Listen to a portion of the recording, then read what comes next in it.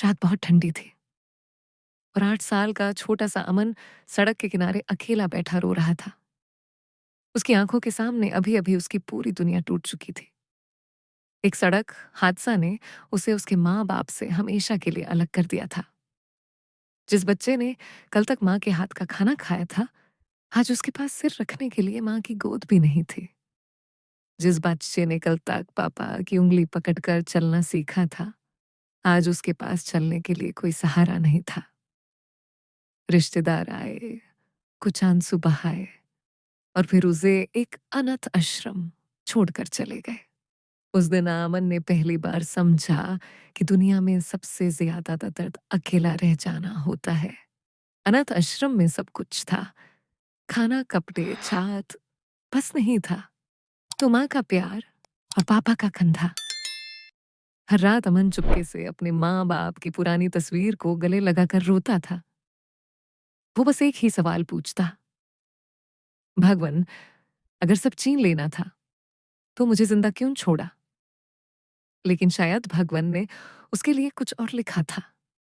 एक दिन स्कूल में टीचर ने जज के बारे में बताया। जज वो होता है जो इंसाफ देता है, जो सही और गलत का फैसला करता है, जो कमजोर की आवाज बनता है। उस दिन अमन की आंखों में पहली बार आंसुओं के साथ एक सपना भी था। उसने दिल में कहा, मैं जज बनूंगा ताकि किसी और बच्चे को बेबस होकर ना रोना पड़े। लोग हंस पड़े। एक अनाथ बच्चा जज बनेगा, सपने देखना बंद कर। ये शब्द उसके दिल को चीर देते थे, लेकिन हर ताना उसकी मेहनत को और तेज कर देता था। दिन में पढ़ाई, शाम को छोटे मोटे काम और रात को स्ट्रीट लाइट के नीचे किताबें। कभी पेट आधा भरा होता, कभी नींद पूरी नहीं होती, लेकिन उसका सपना कभी आधा नहीं हुआ। कई बार एग्जाम में फेल हुआ, हर बार रिजल्ट देखकर उसका दिल टूट जाता।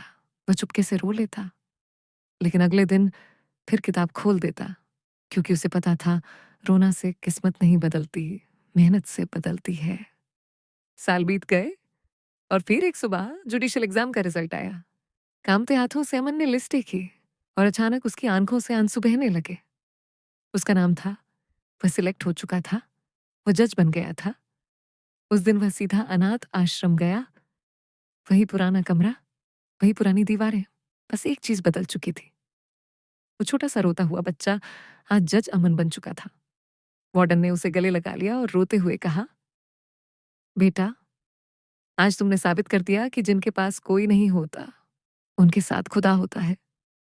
अमन ने आसमान की तरफ देखा, जैसे अपने माँ बाप से कह रहा हो, देखो माँ, देखो पापा, आपका बेटा हारा नहीं, आपका बेटा जज बन गया।